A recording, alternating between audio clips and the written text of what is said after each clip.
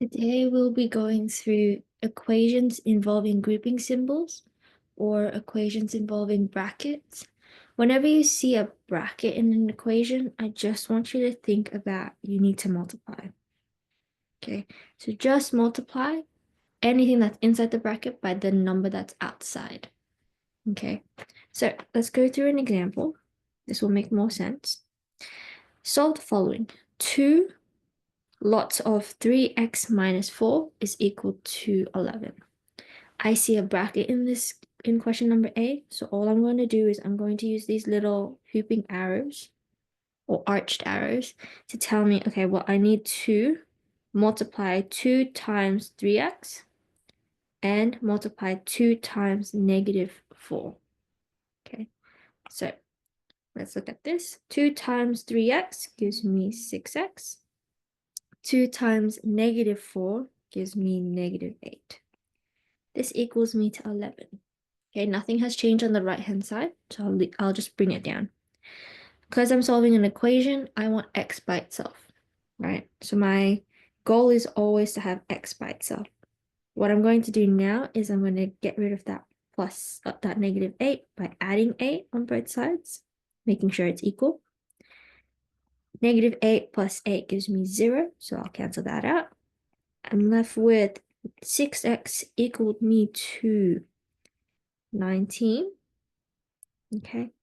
Now I want x to be by itself. Okay, so I got 6x. What I'm going to do is I'm going to divide that 6. To get rid of that 6, I'm going to divide it by itself. And I'm going to do it on both sides. Equations are like a balancing scale. What I do to one side, I have to do it to the other. 6 divided by 6 gives me 1, so I'll just cancel that out. Okay, now I'm left with x on the left-hand side. 19 divided by 6. Can 19 be divided by 6 evenly? No. So what I'm going to do is I'm going to leave it as a fraction, not a decimal, because decimals can be a little bit not nice to look at. So keep it as a fraction if you can't divide it evenly. So that's for question A. X is equal to 19 over 6. Question B. 2 lots of x plus 3 minus 4x equal to 8. Same process. I see a bracket. I'm going to multiply that first. Okay. So 2 times x and 2 times 3. 2 times x gives me 2x. 2 times 3 gives me positive 6. Minus 4x. I haven't touched that minus 4x, so I'm just going to bring it down. Same goes with the 8. Okay.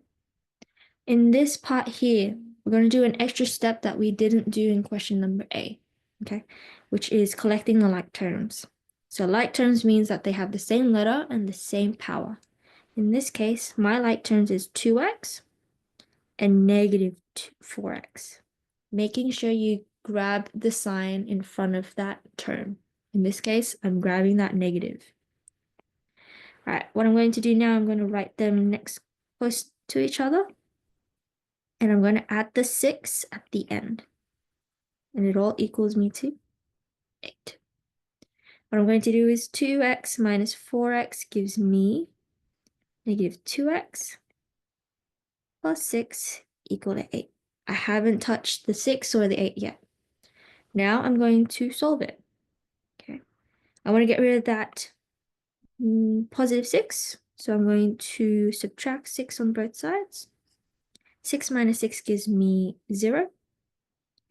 Negative 2x is left on the left-hand side. 8 minus 6 gives me 2. Okay, I want x by itself. So to do that, I need to get rid of that negative 2. So I'm going to divide it by negative 2 on both sides. Negative 2 divided by negative 2 gives me a positive 1. X is left on the left-hand side. 2 divided by negative 2. Put it in your calculator if you don't know what that is. But that will be negative 1. That's all for today. Okay. Hopefully this helps, and I'll see you soon. Bye.